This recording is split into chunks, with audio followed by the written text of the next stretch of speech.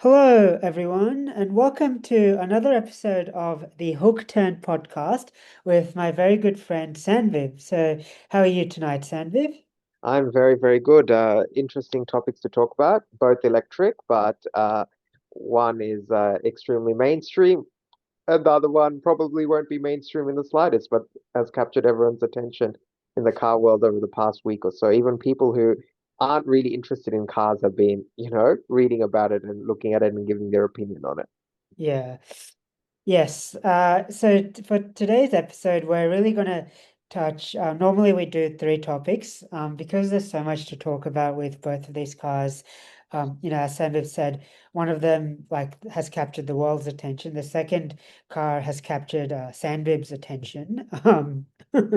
Um, we're just going to talk about two cars today, and they're both electric, but they're on wildly different ends of the spectrum. So our first topic is going to be the Ferrari Luce. So this is Ferrari's first electric car, and also actually Ferrari's first car with five seats. So that's quite interesting. And it's also the first car that Ferrari has contracted out to Johnny Ive to design. So just for background, Johnny Ive used to be the chief design officer at Apple. He was responsible for so many different iconic Apple products, the original iMac, the iPhone, iPad, just to name a few. And he is now together with his very close colleague Mark Newson, who's actually an Australian, has decided to take their hands at designing a Ferrari. So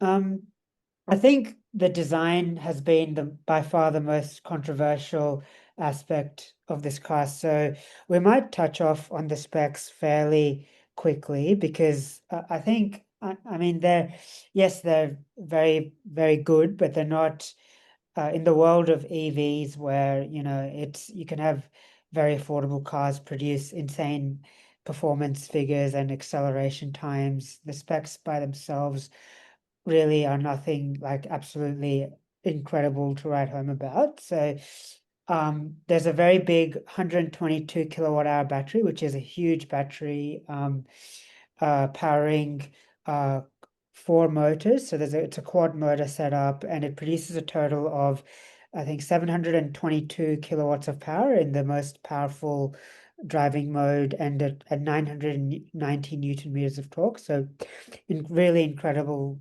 power and torque figures.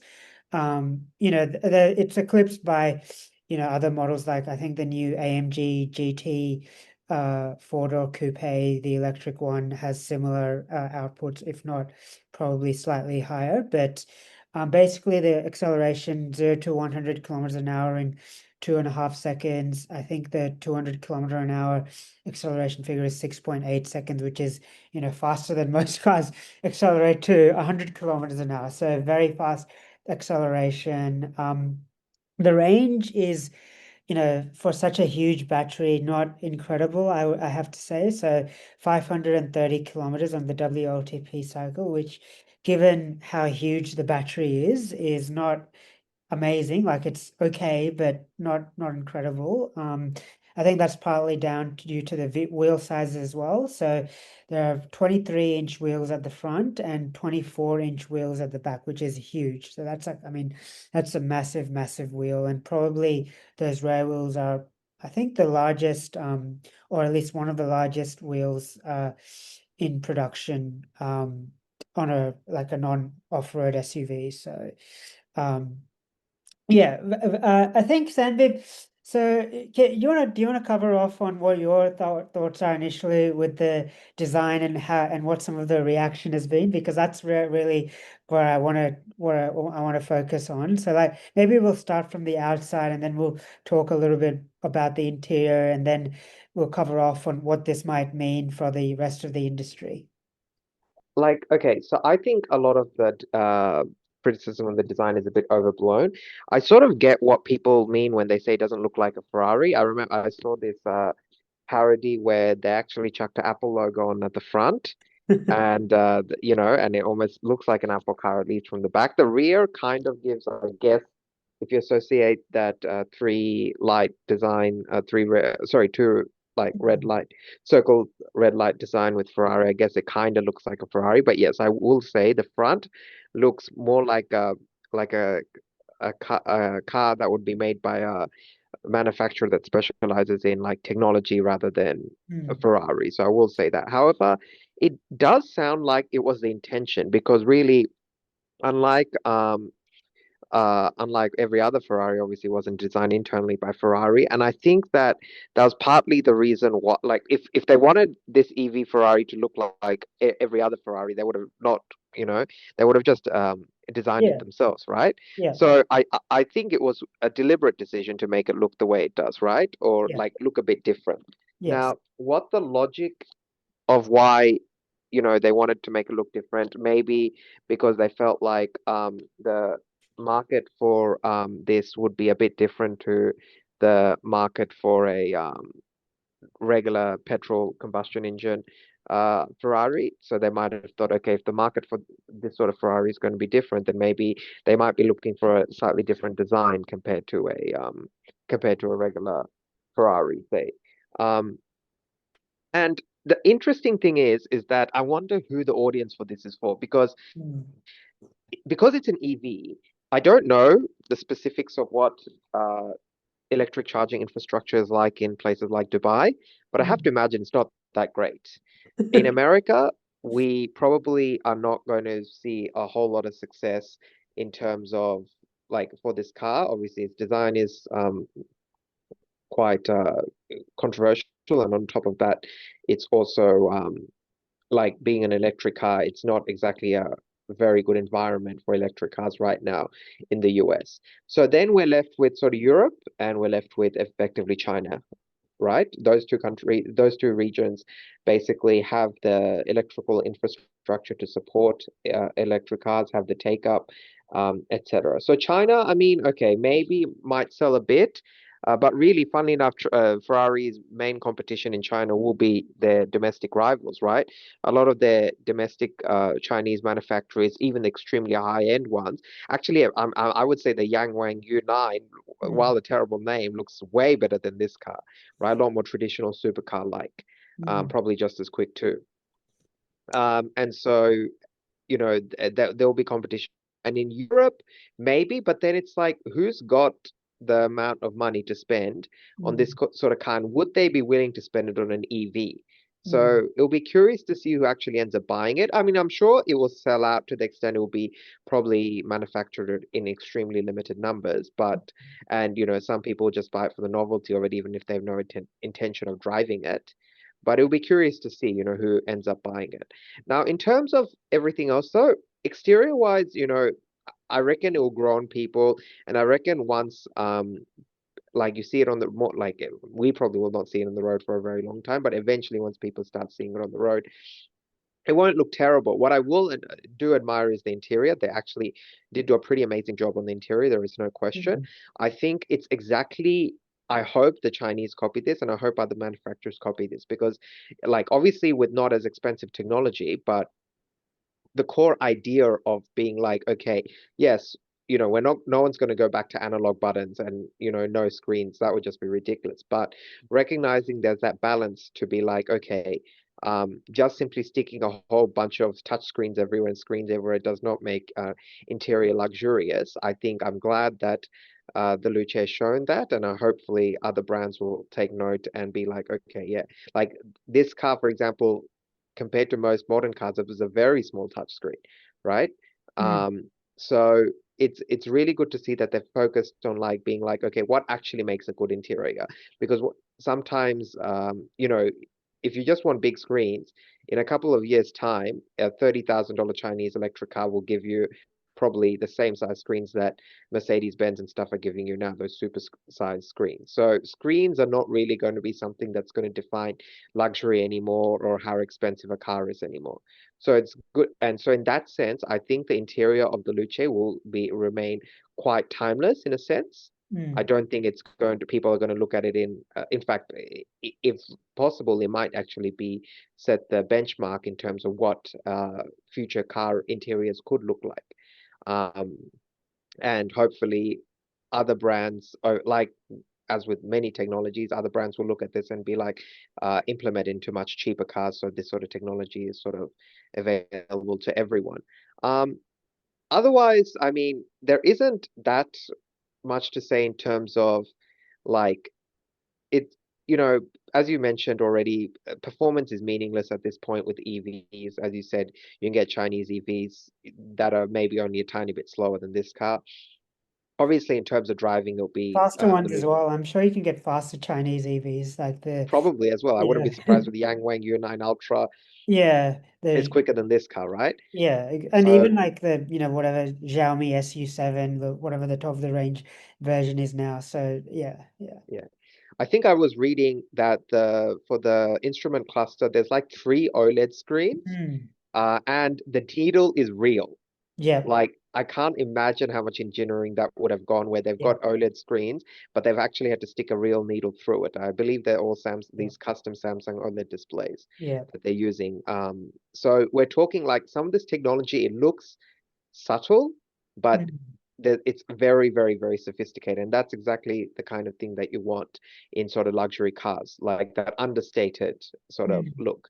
Um, Other than like, and as I mentioned, and also, they've like Hyundai Ioniq 5N, while it pioneered this, from what I understand, the artificial noise that the Luce will make is quite different. mm. It will basically try and be like, I mean, It's the while the yeah, Ioniq 5N also and the Ioniq 6N now, I guess, also reacts to how you drive. I think this car does it in a much more sophisticated way. So that's again, right. that Yeah. noise that EVs tend to lack.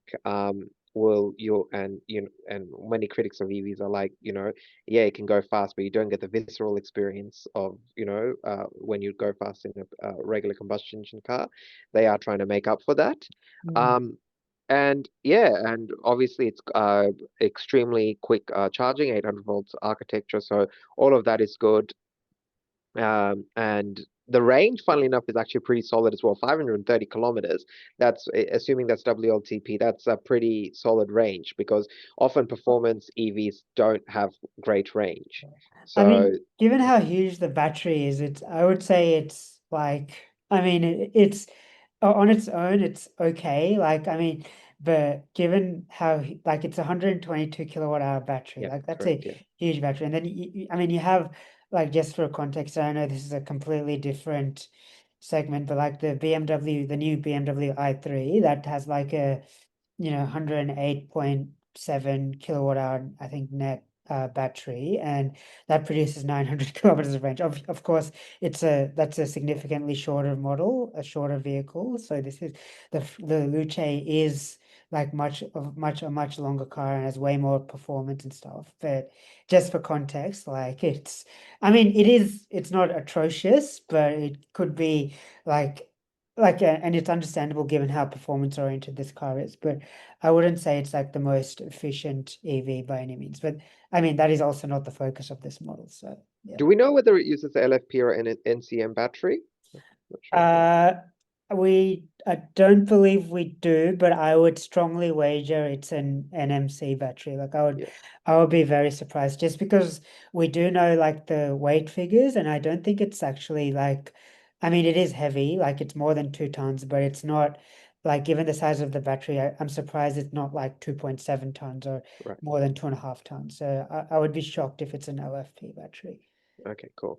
Yeah, but otherwise, yeah, like I think that while the criticism is overblown, it does remind me, remember when the Jaguar um Yeah, type 001. 01, yeah, that was revealed, that was also similar. I mean, to be fair, that was also more because of the ads more so than the car Yeah. itself. And we still haven't seen Um, the production version of that car, to be I fair. believe So it's being revealed soon, sometime this year, isn't it? it is, but we've only seen the concept so far, and they've done like I think that some of the motoring journalists have done like a bit of a preview drive and like a camouflage prototype. But yeah, Yeah.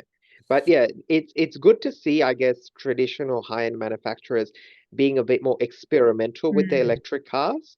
yeah, But funnily enough, we already have the blueprint of what successful performance EV should look like from a mainstream brand, and that's in the Porsche Taycan, which yeah, is a very objectively an amazing looking car. No one looks at that and it's like that's an ugly car. Far from it. It was an amazing looking car when it launched. It still looks really, really good Oh now. yeah, yeah, And you know, and Porsche didn't feel like, oh, this is our first EV, and therefore we need to try and make everything different. Now, as I said, Porsche, even the Taycan, the interiors like basically like every other Porsche, whereas obviously Luce has a very different kind of interior to every other Ferrari. But I wish that basically Ferrari had basically like even if it was a derivative of the Purosangue, I mm, would have said that, you know, that's a very, very good looking car. And I guess it wouldn't have been that divisive. mm, And it but it kept the same interior. It would have been a really good blend of I suspect basically they well, I mean I guess they wouldn't have been in the news as much, yeah. but I suspect then it would, certainly wouldn't have got the amount of criticism that it has got. Yeah. Okay. And I think just for, for our audience and like if they haven't seen photos of the Luce, like this is something that you really need to see photos of to understand the design. But I'll give a little bit of an explainer on the exterior. So it's like I mean, it's essentially, I think the best way to describe it in terms of its body style, it's like a fastback sedan. So it has like a hatchback sort of lift or a lift back tail rear end. So it's not a traditional three box sedan by any means with a separate, boot or anything like that. But it's not an SUV. It's like a more of a, uh, I guess, four-door coupe or five-door coupe um, style like car with a um, yeah, hatchback tail. And it just has like, I mean, I think this is also one of those cars where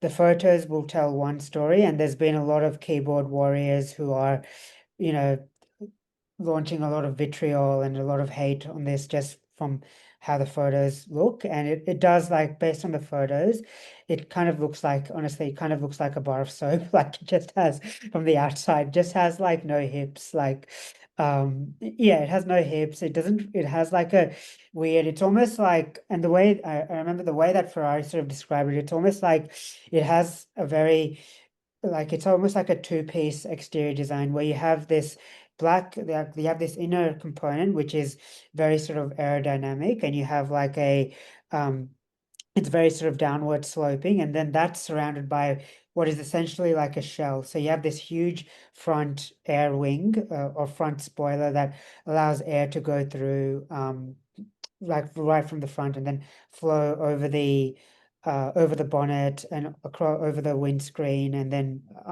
towards the rear of the car. So it's almost like you have this car, it's like a shell design. So you have like what is an inner design, and then you have what Ferrari are almost calling an exoskeleton, and that's essentially the colored painted part. So the inner part is painted black, the exoskeleton is painted yellow or red or this baby blue color, whatever sort of color you really want. And it's almost like a two-piece sort of design. And it's hard to describe in audio until you sort of look at some of the photos. But I do feel like this car, the devil is in like sort of when you actually look at it in person. So I feel like a lot of the proportions might make more sense when you see this car at a dealership, and then you sort of understand, okay, this is the actual stance, this is how the length and the width actually translate to making it potentially better looking than it does in photos. Um, yeah, it's a very unique design. I don't think it has, from a design perspective, any sort of direct competitors, honestly, like especially at that price point. It's just different. That's kind of the best way to describe it. The interior, I have to say, is a work of art. Like I completely agree with Sanbib with what you're saying. Um, and every sort of material that they've used is genuine. So anything that looks like metal is metal. Anything that looks like leather is leather.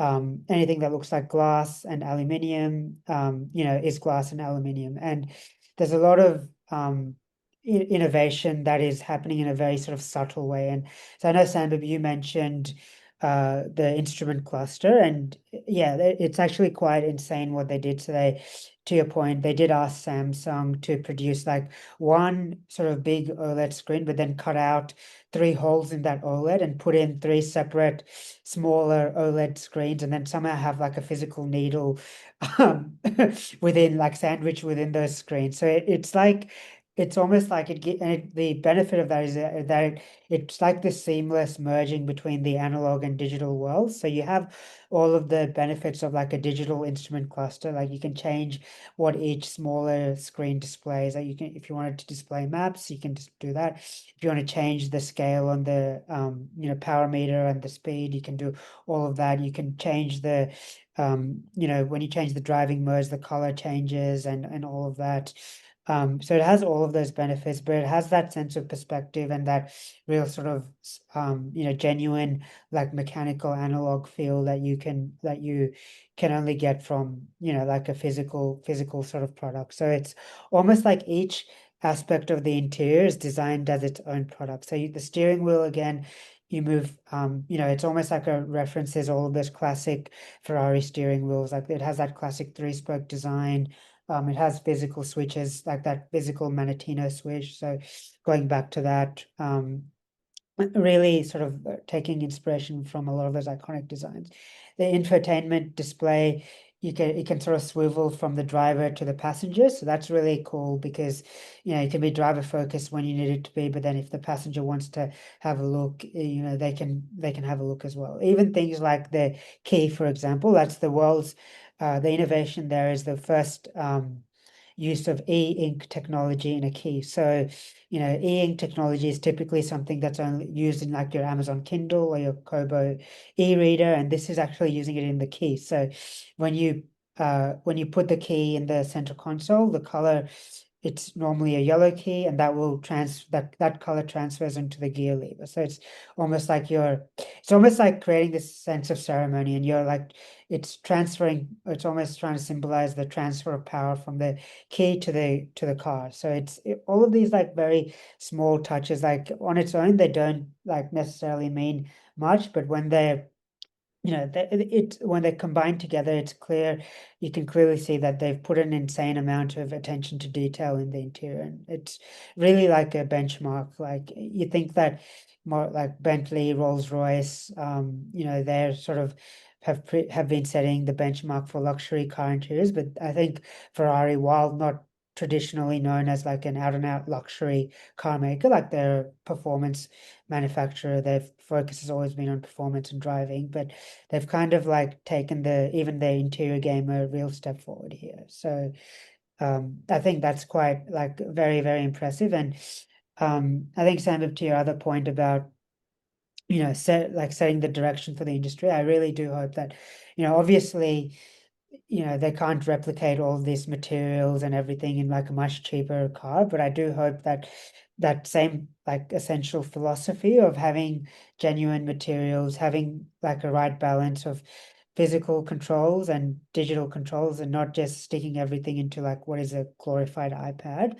I hope that that is adopted by other car manufacturers. So, don't overcomplicate things. If it makes sense to have a button. So, for example, the Luce has buttons for all of the air conditioning controls, and have a button where it makes sense to have a screen, to change settings, or for Apple CarPlay, then obviously you need a screen. But yeah, it's I think from a philosophical perspective, I hope this car acts as a bit of a course correction for the rest of the industry, and just allows people to take a step back from, just because touch screens are popular in phones and tablets and laptops these days. It doesn't mean they translate to the automotive space. Like it needs to be a much more considered use of touch screen technology, and having that right balance with physical controls as well.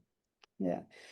Sandra, do you have any thoughts on what the pricing might be of this car Well, in I don't Australia? we have rough European pricing, if I'm correct? Yeah, I think, I Six mean, hundred and something thousand I assume euros. it'll be $1 million plus, like surely in Australia, like, In Australia, it'll be over a million. yeah, Oh no, 440,000 pounds, which would be yeah, like 900, maybe eight. Yeah, yeah. So 850. 800. Yeah, it'll be 1 million plus. Yeah. Um, really in Australia, they will sell in single digits Yes.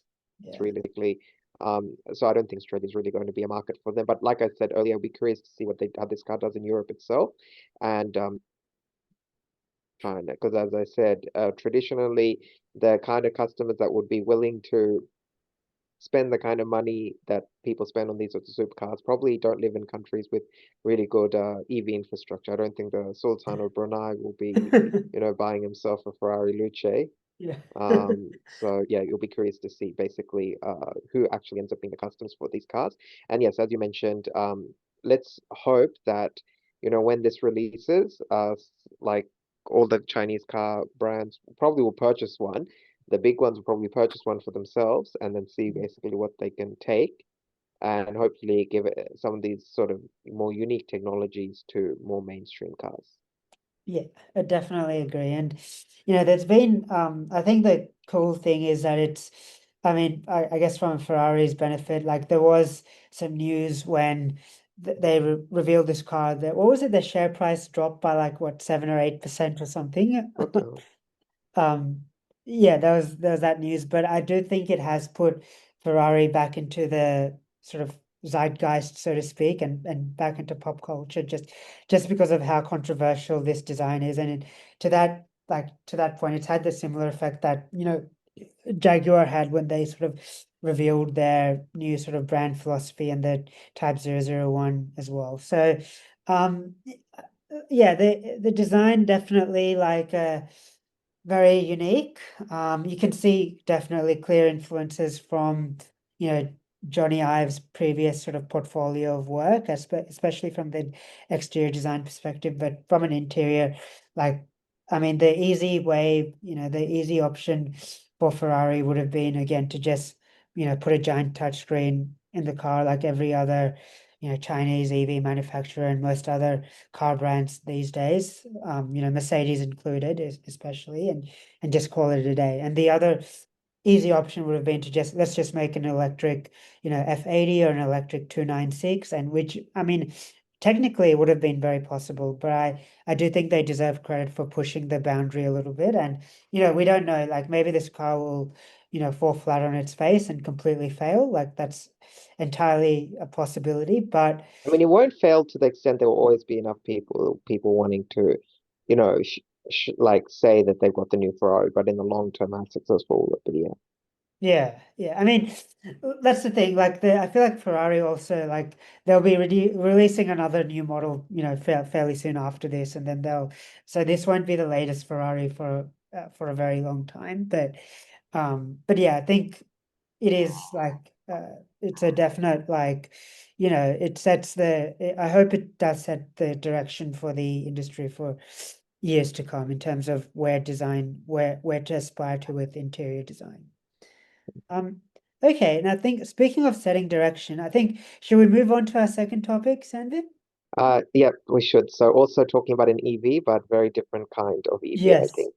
Yes. So this is a car that Sanbib has had a personal love affair with, so to speak. So we might have hinted at this in a previous episode. Actually, I think when we had Mike Costello on, we touched on this. But Sanvib actually bought a new car, which was the um, what is it? The BYD Sealion 7, right? Or is it the Yes, Seal? correct. Is that what it's called? Sea Yeah, the Line 7, yeah. Sealion 7. Yeah. So this is an electric SUV.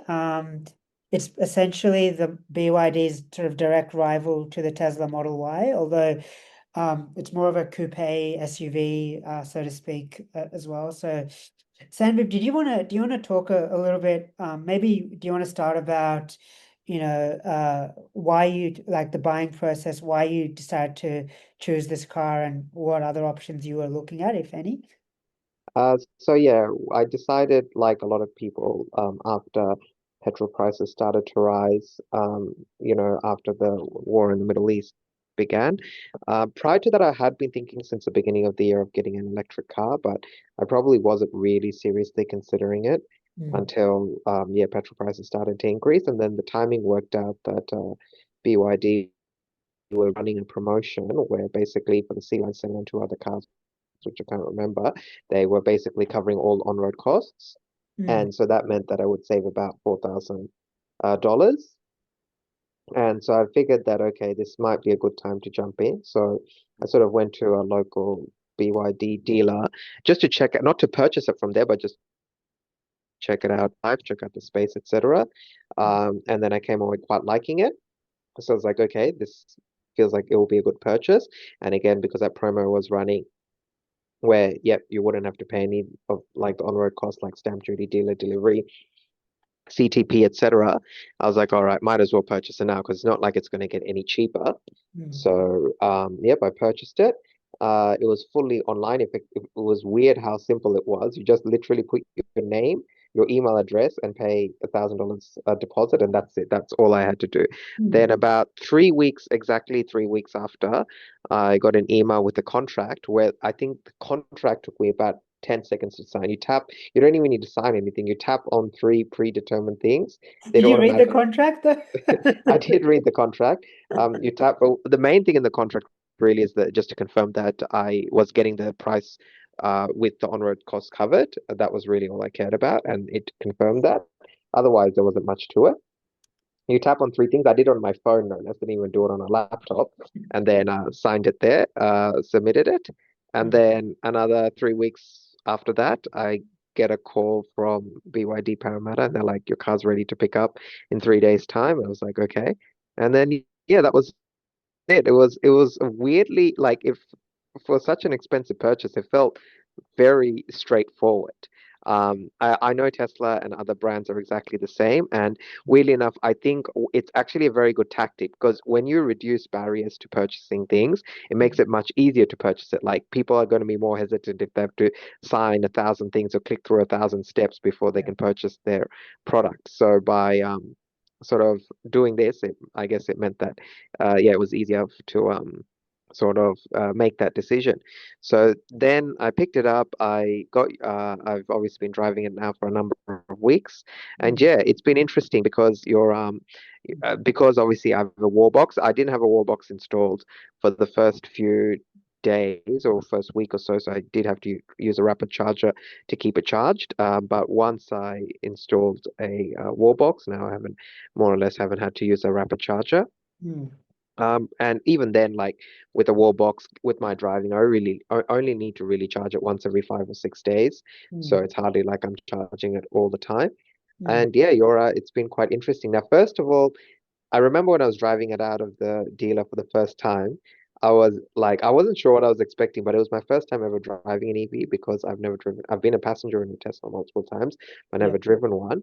And obviously, yep, never drove the BYD before I purchased it. So I was curious to Yeah. see what it would feel like. Just But a flag, I recommend that people test drive their cars before buying them, but Sanbib, please continue. yeah, so I was like, okay, I wonder how this tries. But very quickly, I realized it didn't feel too dissimilar from a petrol car. The only thing that felt in like more different was first, and this wouldn't have even felt that different had I ever owned a powerful petrol car, but obviously Mm, it felt a lot quicker than any car I'd owned previously. And the secondly, obviously the fact that when you accelerate, it makes no noise. mm, Otherwise, I felt like I was like, okay, this is like when I drive it now, it doesn't feel like, oh, I'm driving an electric car. But that's where I think BYD and a lot of the Chinese brands are quite thin because from what I understand, Tesla does drive a bit differently to petrol cars, whereas BYD and other brands try and make sure that if you are jumping from a regular petrol car, it doesn't feel too yeah. different. So So it doesn't have one pedal driving, obviously, that's that's the right. main thing. It Mm, has got regen braking, but no actual one pedal driving. It has got partial one pedal driving in the sense that if you put it on high regen braking, it does slow down, but it won't come to a stop completely when right. you lift your foot off the accelerator. Mm, Um, and if you put it on standard, then it literally drives like a normal car completely. It doesn't like, yeah, you have to brake to stop it basically. Um, and yeah, otherwise it's been quite interesting. And also it's like obviously BYD out of all the Chinese brands is it's probably the most it is the most established, not probably the most established. It is the most I mean, I would say established. MG is also pretty well Oh established. yeah, I guess I Yeah. yeah, that is true. I guess don't think about MG as much because they obviously Yeah. have, while they do have electric cars, in fact, actually we'll probably talk about the S6 another time. Yes. But they do have electric cars, but I guess I do associate them still Mm. with their first products like the MG HS and the ZS, which were more just regular petrol cars. Yes. But yes, MG obviously, and I mean like Geely, Zeekr, they Cherry. Cherry, yes, they've all got quite similar things. Now, the other thing is, people often say, "Oh, the software experience on Chinese cars isn't as good as Tesla," and I'm sure they aren't. But really, I just use Android Auto the whole time. So Yeah. for me, it doesn't really matter what like the regular infotainment is like because I don't even see it apart from the climate controls, and even then there was a lot of thing about, oh, the climate controls are on the touchscreen. It's actually not too different. I first was thinking that you had to change the fan speed by actually going to the menu, but then I realized if you just swipe the screen left to right with three fingers, it automatically adjusts the fan speed. And since even that hasn't been a problem, temperature's adjustable at all times. It's got a shortcut bar at the bottom. So fan speed, temperature, and then on top of that, unlike a Tesla, has actually got buttons for functions such as automatic climate control and the demister. So I don't if I need to demist the front window, I've got a button for that. Mm. So again, it's those features where it's why, for example, I wouldn't have considered a Tesla because I quite like the fact that just everything isn't centralized onto the screen. It Mm. has got a instrument cluster, it's got a heads-up display, it's got buttons, it's got a proper gear stick, etc. So in that again, it feels like, and also while I'm sure Tesla's navigation software is amazing, Mm. I still like having things like Waze, especially because Waze, it's not even the navigation that matters too much. Mm. It's also the fact that Does Waze work properly now on your on the yeah, car? yeah, it does. That was my phone. That wasn't the car's problem. I think Okay. the Okay. phone, my phone was cause the GPS on my phone for whatever reason wasn't reading where the location was. But yes, Yeah. you're a Waze. Yeah, you're missing out on all the other features of Waze, such as the hazards and Mm. knowing where the police are. All those sorts of small features. So it's not Mm. just the nav. So in that sense, yeah, it's been thing, and really, it's funny because like the features list, even the performance, right? Apart from the Mm. fact that it's obviously significantly more powerful, only comes with two actual extra features. Only one of which is relevant to the driver, which it comes with a heated steering wheel, and Mm. it also comes with heated rear seats. It's Mm. funny, heated rear seats is such an exclusive feature, yet 2 cars ago, my Mazda 6, Yeah. 2017 Mazda 6 GT had rear heated seats. So, and now it's like locked to like super expensive cars. Yet that car had Yeah. both front heated seats and rear heated seats. Yeah. And that was the GT. That wasn't even the top spec of Tenza. Yeah. Um, but yeah, so it's been quite good, and yeah, I've now got quite comfortable with driving the car. It's nice having a car with a app associated with it. On top of that, I really enjoy the feeling of like most new cars, you've got the digital key on your phone, so now I just unlock Yes. and lock it with my phone, which is really handy. I know like Tesla and stuff do that as well, but it's nice to have it on any sort of car. I think it's got some cool tricks like ambient lighting, which I'm really liking. I first experienced ambient lighting on a Mercedes-Benz we rented when I went to the UK, the Mercedes-Benz GLB that had ambient lighting as well, which I really liked. And now I've got a car with ambient lighting, which is pretty cool. It's funny though, when I'm driving at night, I don't really notice it unless if I'm stopped at the lights, but when I'm driving, I'm just looking at in front of me and Yeah. obviously at the heads-up display. You don't really notice it. In fact, Mm. a lot of the features actually feel like they're for passengers more so than Mm. for the driver itself. But yeah, I know, like I'm sure you remember when you had the BMW as well. When you own a nice car or a new car, driving doesn't feel like a chore. Like even if you're stuck in Yeah. a traffic jam, unless if I'm late to work or something, it doesn't Mm. feel stressful because it's like, I'm in a pleasant place, so to speak. Mm. So yeah, that's Yeah. and I mean I guess the same with your Volvo for now. But yeah, and also I guess now it's cool that I've got an EV because I mean we just spent the time talking about something like the Ferrari Luce, which a very different kind of EV, but and um and while petrol prices have dropped, it's weird. Like I was thinking to myself, I now no longer even look at petrol prices themselves. I don't know what the petrol prices are like now, right? It's quite a Mm. interesting and freeing feeling. So Yeah. yeah, I'm quite liking it, and I like it'll be relatively future proof. I don't necessarily think that like, yes, they're saying that battery technologies will improve, and I'm sure they will improve, but really, Mm. over the next 5 years, I think solid state batteries are the next big evolution. I Yeah, doubt we'll see them in Australia for quite a while. Like, yes, it'll come out in China and stuff, but I very much like that it will take a very long time to hit Australia. So I reckon this car's quite future proof for quite a while. Yeah, and yeah, that's about it. yeah. So I know like one of the concerns that people have with Chinese cars is, how well some of those advanced driver assistance systems work, like, adaptive cruise control. And sometimes there's some worries about, oh, this is things like the driver alert or driver attention warning is too irritating, or the lane keeping assistance or the lane departure warning is too intrusive. Is that something that you've experienced with your BYD, or are you sort of like more comfortable with it now? Funny enough, there's only one feature that I find really annoying and it doesn't turn off permanently, Yeah. which is the child detection.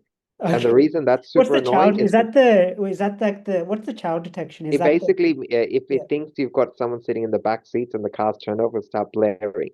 However, the problem Okay. is it doesn't matter where the kid is, where you're sitting. So, um, this happened sometimes, if you want to sit in your car Yeah. while, while it's turned off, Yeah. you have to go into the menu, turn off the child warning, and before you do that, because otherwise, after like a couple of minutes, start blaring.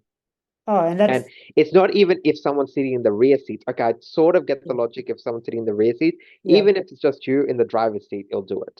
And it's so irritating.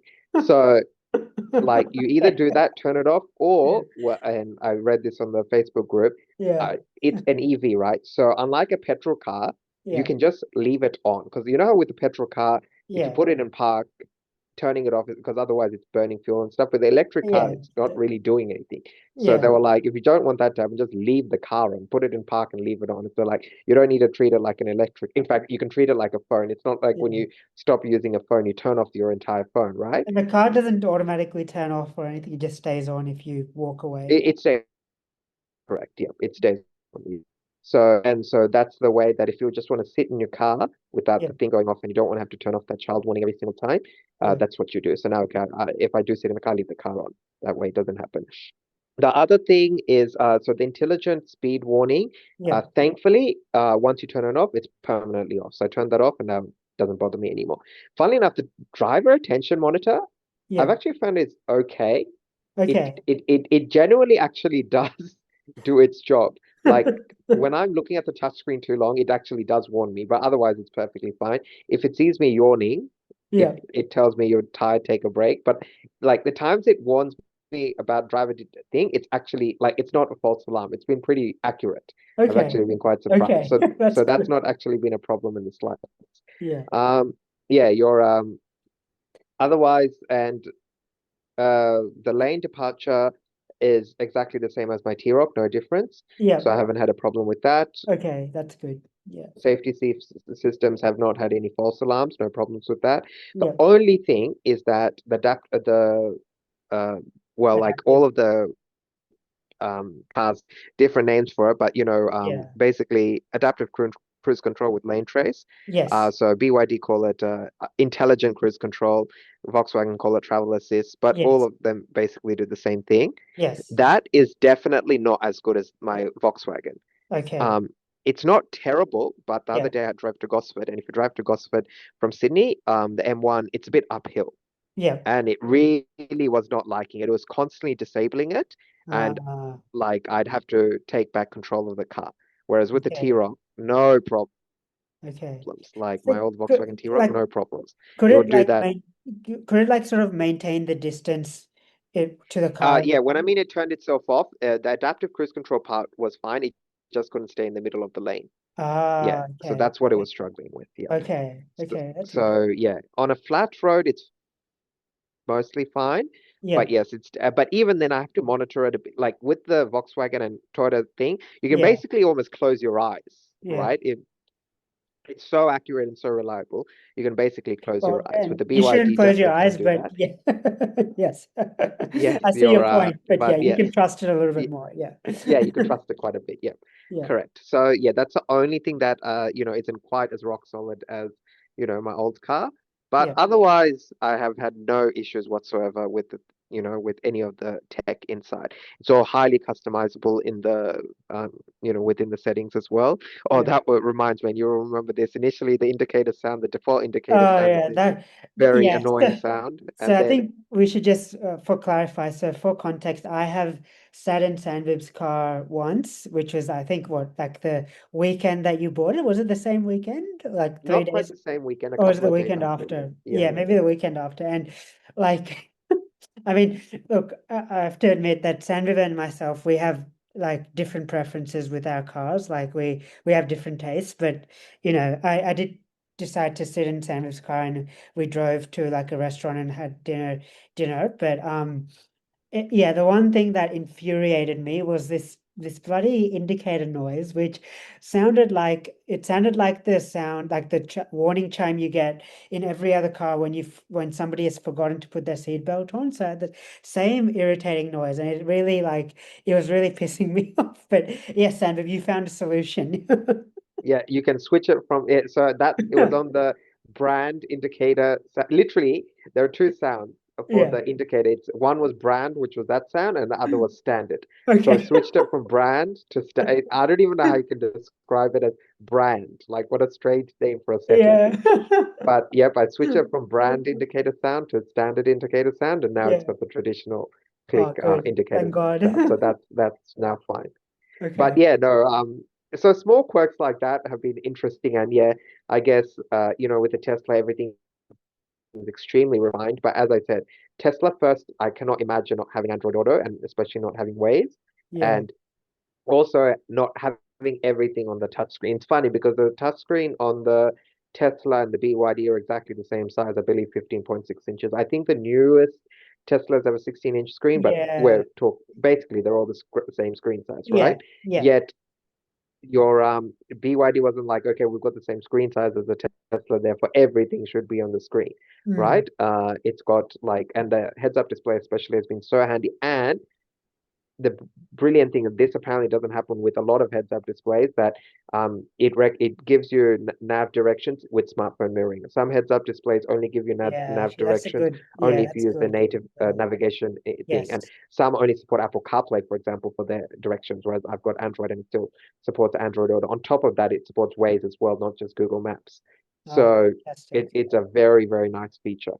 So and yeah, it's been incredibly impressive. It's incredibly spacious, but to Mm. be fair, all EVs are, so that's not really a Mm. unique selling point. I don't think it has a big of a as big of a boot as the Tesla Model Y, Yeah. but still quite impressive. I will say, if I had a bigger budget, and I guess, yeah, if I had a bigger budget, and probably needed a bigger car or had even more space, I Yeah. would have maybe picked up like got a Zeekr 7X because yes, that is Yeah. objectively a much better car. Yeah. But Those are very popular as well at the yeah, moment. yeah, yeah, it's extremely popular. And your funnily enough, apparently got some update today that added a bunch of new features. Yes. Yeah. But yes, I would have maybe got that. But that's actually like that's almost like that is a luxury car, really. It's not almost a luxury car. That is it is effectively a luxury car. And so yeah, that probably would have been a bit too much. Mm. But yeah, otherwise, and also just having to be a bit careful with, and when the Ferrari Luce they said 23-inch wheels, I'm like, oh my gosh, like, yes, they might look good brand new, but Yeah. You when had you're that driving it issue with around, curving your like, wheels. Yeah. yeah, you've got a The high risk of curving your the, wheels. the So 360 camera didn't help there, or was that just you? 360 camera can help, but sometimes you don't necessarily want to be looking at the 360 camera doing Yeah. during slow drives all the time, right? So yes, I was thinking that like you have to be extremely careful, basically. Yeah. Um, yeah, Yeah. Now I know so I was having a look at the specs for so you got the premium model, which is like there's two I think you touched on this. There's two specifications for the Sea Lion 7. So there's the premium model and then there's the performance. So the premium model has, I think, 482 kilometers combined range. So I thought I'd ask, like, do you have any idea, given, what in your sort of daily drive, what sort of range figures total are you getting? Like, do you have any sort of estimate on When you how? charge it up fully, weirdly enough, it says 580.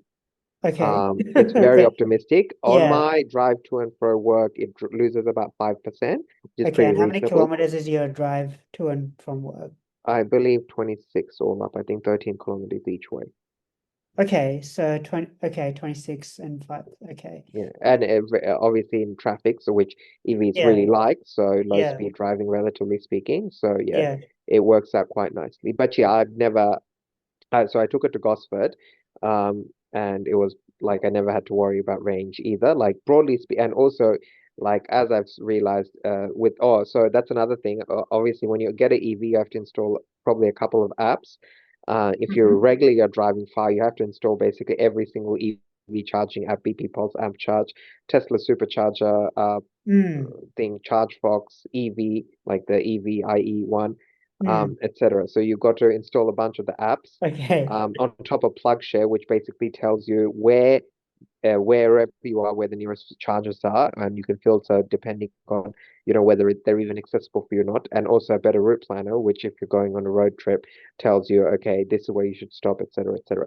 Okay. That's where, from what I understand, Teslas are amazing because Tesla, you don't even need a better route planner. Yeah. The inbuilt nav will do that Yeah, for you. I thought even like Google Maps on Android Auto doesn't have that It functionality. probably does, but I think a better route planner customizes it to your car and probably it's a bit better and also does like charger ratings and stuff. Ah, So like okay. they don't give you chargers that are not working or don't have like proper thing.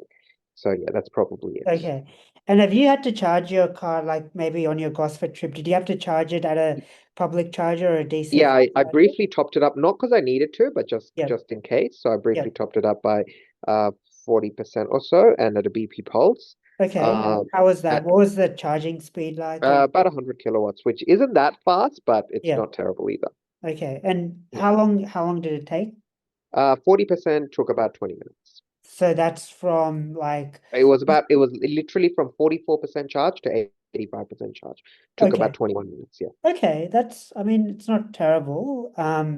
Yeah, I mean, I think 100 kilowatts DC. So I believe the maximum or the peak fast charging speed is 150 kilowatts Correct. Yep. That DC. would be, I assume that it would only, because what I noticed actually that day is that the closer you get to 100%, the more it slows down the Yes, rate of charge. Because yes, it went from 100 kilowatts as I approached 85, it dropped it to 75. Sorry, dropped it to 85 and then dropped it to 75. And they literally say on the screen it's doing it for battery management purposes. yeah, So I believe you'd only get the 150 kilowatts if you're trying to charge it from like 5%. That's when it was yeah, most from amount of like a lower, charge. like 10%, 10 to 20% or 10 or 20%. Yeah, okay.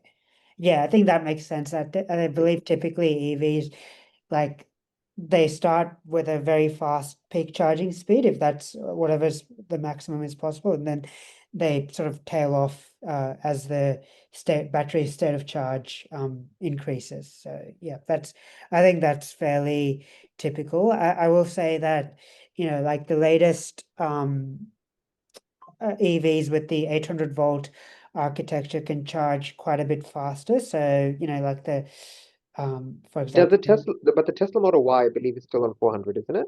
I think so. Yeah, yeah. So that's that. I believe the Model Y's DC fast charging speed is, I think it's 250 kilowatts. Like that's the peak DC. But Yeah. then, like models like the iX3, for example, that can charge that can charge at 400 kilowatts for the, I think, the 50X drive, and then the one that they've just announced, which is the 40X drive, which is the one that slips under the luxury car tax. I think that can still do like 320 kilowatts DC fast charging. So yeah, I was significantly. reading though in Yeah. Australia there are only in Australia there are, or not even maybe even just in New South Wales there are only four chargers in the entire state that support Yeah. that really high speed charging. That's So yeah, hopefully they introduce more DC fast chargers, and by fast chargers, like hopefully there are these 350 kilowatt DC fast chargers, not 50 or 100 or 150 kilowatt DC fast chargers, because yeah, that goes just to the broader point that the charging infrastructure in Australia is still a little bit limited compared to what you find in Europe in particular. So yeah. Yeah. I, And I, you've driven your dad's Tesla Model Y. How do you find that? yeah, look, I'll be honest, like I think it is, the performance is amazing and, the handling is really good, but I just don't like having everything on the touchscreen either. And that goes for Tesla, it goes for all of these Chinese brands as well. So I have, this is probably just me, but I have this tendency to get very car sick when I start looking at a screen, and especially the Tesla in particular, when everything is on the touchscreen. And even as a front passenger, I try to look at something and I just find it incredibly distracting. So my dad has somehow gotten comfortable with it, but I think like if I was in the market for an EV of that sort of in that sort of price range, I probably wouldn't be buying the Tesla just because I find it to be a bit So much. what would you buy then if you're looking at an I EV in I that would price? be looking at I think the one model that is a little bit off people's radar that I would be looking at is the Renault Scenic E-Tech, just Oh, okay. because I think I that thought you were has, going to say the Skoda. The nah, name nah, I think escapes me. I mean Skoda, like I don't like the Enyaq, Skoda. yes, yeah. Yeah, I don't like the Skodas or the current MEB vehicles in Australia because they don't have the connected services, and I feel like the interior is a little bit cheaper as well. Like they don't have the app that Teslas or BYDs for that matter have, and I think that's a pretty cool feature. I think in that budget, yeah, I personally really like the Renault Scenic E-Tech just because I think it has the best balance between physical and digital control. So so just for context, it has Google Maps and I think it has Waze built in as well. So you don't even need to worry about smartphone mirroring, and you can just use all of that natively. So that's really cool. The other thing is that it has all of the climate controls, all physical buttons, fan speed, changing the fan speed, all physical, changing the air vent direction, all physical.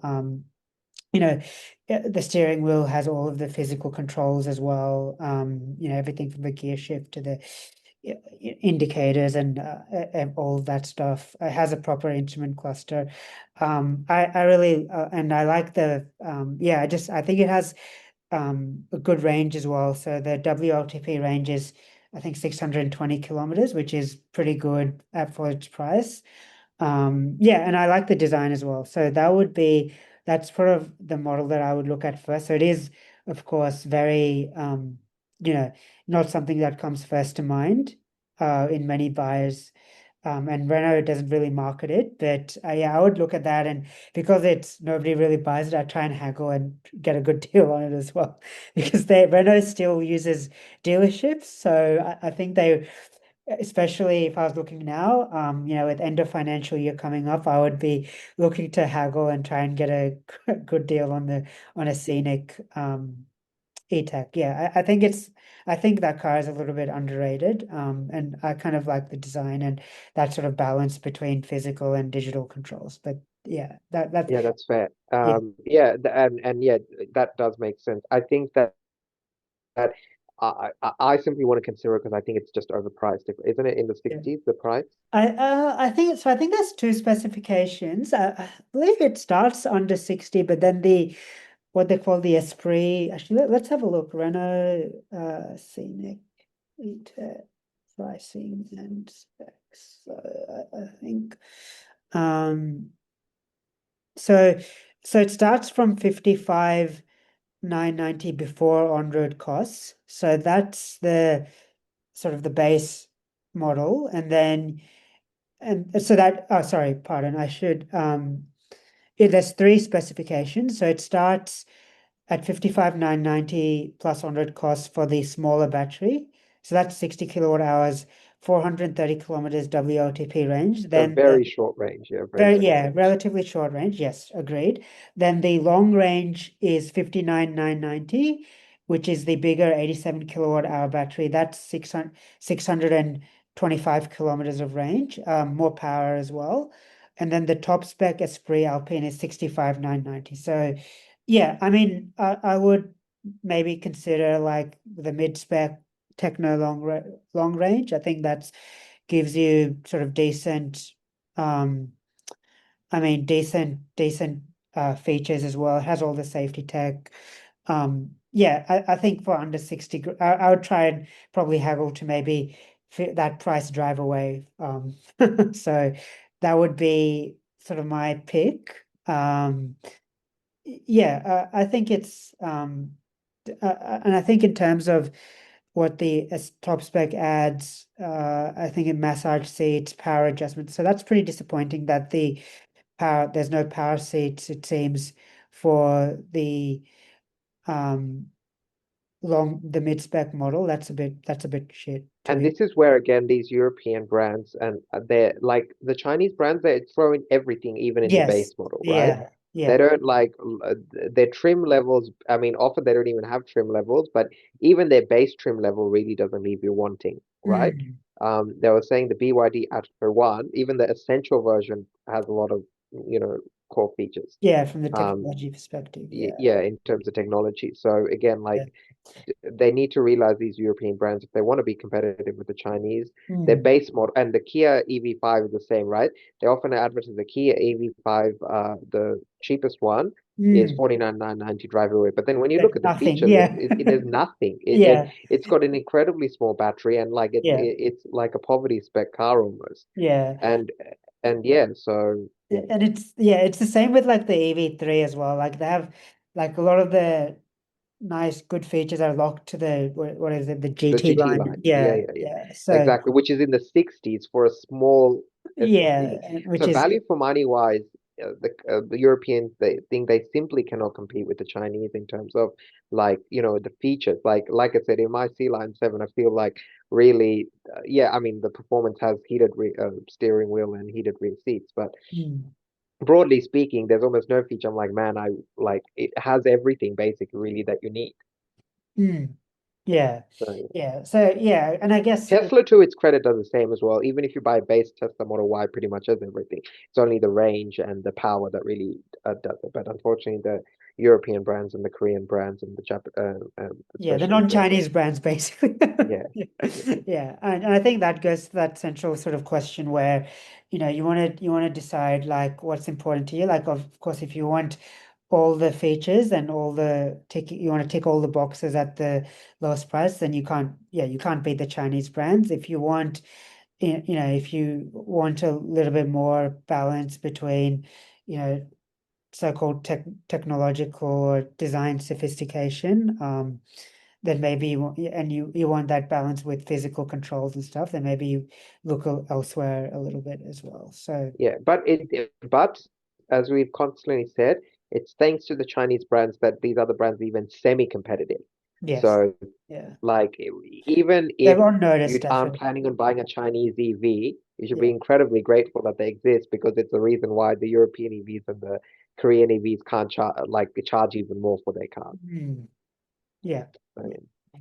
Now, the other thing we should touch on with BYD was some of their recent news with what was it? They had their own ship come and deliver cars. yes, that's correct. And like I said, it is completely meaningless in terms of actually what it because they didn't need to do that. They could have done what they do, which is get other carriers to, Yes. like deliver. But in terms of marketing, having a BYD ship deliver 5,000 BYD cars to Australia, having Mm, pretty much every mainstream news brand report upon it, yeah. and PR from PR perspective, yeah. yeah, Yeah. it's an It's incredibly almost like a almost literal Chinese invasion of cars. yeah, exactly. So basically, it's a very clever PR move. Yeah.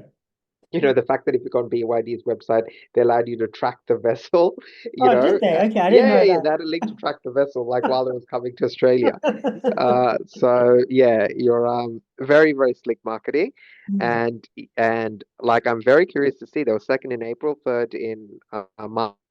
mm, I'm curious to see what are they going to be like, and when May VFAX, I reckon they'll still be top three, yeah, but I probably dropped down to third. I doubt they'll hold second, but we'll see. Who yeah, knows? I could be wrong. yeah, But very slick marketing, and yeah. yeah. I think it goes to show that from a broader point, like And how the Addo very, 2 after that.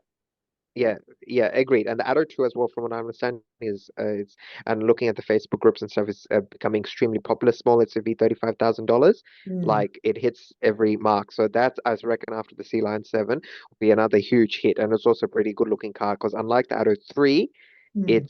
it's cheaper than the Addo 3, but it actually looks more conventional and more normal, both exterior and interior compared to the Addo 3. Yeah, and I think the point that I was making was that it goes to show how vertically integrated BYD is and like some of the benefits of that. Like, if you can respond so rapidly to demand, like I think BYD almost literally said, look, we have our own chips, we control the supply chain end to end from everything from mining the raw materials for the batteries to actually making the batteries to owning the factories where the cars are made to the obviously the design and engineering of the cars themselves to the marketing and the selling of the cars. And what that means is, okay, look, in Australia, there's a spike in demand. We've noticed that, there's lots of people have been putting in orders, like including yourself, Sanbib, for the, models like the Sea Line 7, BYD Shark. So, okay, look, let's just redirect a ship or let's just immediately, put these more cars on it, put 5,000 cars on a ship. And because we controlled the shipping schedules and, and the booking for the ships and everything, we can just, easily do that ourselves and just have like a ship come in within a couple of months. Okay, here are 5,000 cars, customers, here you go. You don't have to wait so long and, done. So, And the PR as well, because if they yes. hadn't advertised it, then no one would hear about it. But Yeah, the yeah, advertisement alone, like lots yes, of people now are like, "Oh wow, yeah. the BYD like got their own ships and we're Yeah, on and you BYD." you literally had what articles in the Sydney Morning Herald and the I think I saw an article on Nine, not an article, but a clip on from like Nine News as well, saying these are there's pictures of this big ship with BYD on the side, saying docked in Port Melbourne or so yeah, it's definitely a good PR move. You can't deny that. So yeah. Yeah. Okay, look, I think we've talked for quite a bit. So, is there anything else you wanted to talk about with your ownership experience? Actually, we should just confirm because we didn't. How much did you actually pay for the car, and how much did the wall box installation cost, Sanbib? So I paid 56 for the car because I also paid 1,500 for the like another color other than white. So Okay, everything else was so and that's 56. drive away. Drive away, correct. So on my contract, it mentioned that I saved $4,000 since I would have had to pay 4,000 more in terms of dealer delivery, stamp duty. They paid the Okay, DTP, etc., and okay, license yep, plate and stuff, all covered by them. yep. Um, yeah, and wait, what was your other question? How much was the wall box and the All installation? right, yes. So the wall box was from Amazon. It's the D Power wall box. I think that was about 500. Installation was pretty cheap. It was about $300-400 as well. So all Okay, up about a bit less than $1,000 for that. So and that's now you can get more premium wall boxes. yep, But the one I've got is fine. It's got an app that yep. allows me to remotely control the charging speed and stuff. So I have no complaint. When you plug it Yep. in, it charges And instantly. what's the do you know what the AC like what's the power? Is it like do you have like a three phase or like is it 7 kilowatts or 14 7 kilowatts wall box. Yep. 7 kilowatts wall box? Yeah, Okay. yeah, yeah. Obviously, you can get the 11 kilowatt wall box, but I Yeah, don't do much thing driving. The yeah, 7 kilowatt wall box charges the car to full if you have it overnight, and that's all I need. yeah. Yep. Okay, okay. So yeah, it's perfectly more. It's more than enough. I did find that the 3-point granny charger that comes with the car that charges the car way too slow. That's like Okay. really only for emergencies. So Yeah. like I haven't had to use that since installing the wall box because it's Yeah. incredibly slow. But yeah, that's like You keep it in the car just for emergencies. Yeah, okay, okay. And have you used the frunk at all for anything? No, I haven't even opened the frunk. Actually, I don't Okay. know how to do that. I Okay. believe there's a button on the touch screen. Funnily enough, the only time I opened the frunk was when I saw it at the dealer. I haven't actually done it on my own car. I did it. Okay. I did it at the demo car at the dealership. But Okay. yes, I haven't even seen what the frunk looks like. Okay. Yeah. And just for context, the reason I'm laughing so much is 2 cars ago when Sanbib had his Mazda 6, quite actually infamously, Sanbib bought it from the dealer and completely forgot that the bonnet was open and drove it to my house with an open bonnet. And I It was walked out only of slightly ajar. It's not like the whole bonnet. yeah, but it's still open. Like, come on. Like, yeah. And then I was like, what on earth are you doing? Why is your bonnet open? Like, oh, I forgot I didn't realize. So, Yeah, no. yeah, I still laughed Thankfully about it. here you can't drive because it's got the sensor. It will tell you that it will Yeah. probably I won't let mean, you move the car. honestly, I'm a bit surprised the Mazda didn't tell you that the bonnet was open either. But anyway, yeah, Well, and hey, as we said, that car had rear heated seats, which now, are apparently nearly 10 years later, a feature locked again to more expensive trims. So yeah. yeah, back then I didn't even think of anything that that car had rear heated seats, and that's apparently an extra luxury feature. But it's true. In pretty much all cars, only the top trims have rear heated seats. Yeah, okay. Yeah, yeah. That is I think that's a fair point. Yeah, yeah. And the app, have you Yeah, the tried app it? is great. The Okay, app is really good. They update it regularly. You can unlock, lock. You can set the climate control. You can okay. see, check the location. There's nothing to complain about. Is there Obviously, you like a can check Sentry? Then the. is there a Sentry mode like as well with like Tesla? Like, No, unfortunately, not. That's something only Teslas have. Yeah. okay, okay. So yeah, you can that, and also you can schedule charging off the app as well. Yeah, Yep, yeah. and Okay. yeah, and also do if you're worried, like you can also remotely turn the car alarm on of some description. Like I Yes. assume if you've ever somehow lose the car or something, yeah. Okay. But yes, it's a very comprehensive app. Yeah. And yeah, I like and like I said, even though it's no different to having a key, and even though the car comes with the NFC card, I like unlocking it with my phone. Okay. Yeah. Yeah, and it's funny, the first time that I had saw a car with smartphone connectivity was your BMW. Yeah. Prior to that, I'd never seen a car with Well, smartphone I mean, connectivity. my BMW, it didn't I mean, it had the option of CarPlay, but I don't think I ever used the smartphone connectivity with it because it had Spotify built in, like when you connected your phone. It didn't have, I don't think the BMW didn't like it. I could have paid to download CarPlay on it, but I didn't. It had smartphone connectivity in the sense that it had an app and it had I could send navigation directions from my phone, the BMW app on my phone to the car's infotainment system, but it didn't have smartphone mirroring. It did have like when I connected my phone, it did have Spotify. Spotify showed up in the iDrive system, and I could natively through the iDrive controller, the rotary controller, because it had iDrive 6, I could play music from the BMW's native infotainment system, and I could send destinations from my phone to the car. That was cool, but it didn't have, and it had the option of downloading CarPlay and Android Auto, but I didn't have that option in my car. So yeah, Mm. yeah. Anyway, cool. Okay, look, I think we might end it there for this week's episode of the Hook Turn podcast. So, look, thank you very much for listening to us. We really appreciate our audience and sticking with us through many, many episodes. So, please remember to like and subscribe. Give us 5 stars on Apple Podcasts, Spotify Podcasts, whatever, Acast, whatever platform that you listen to us on. And we're looking forward to talking to you next week. Thanks so much. Thank Bye.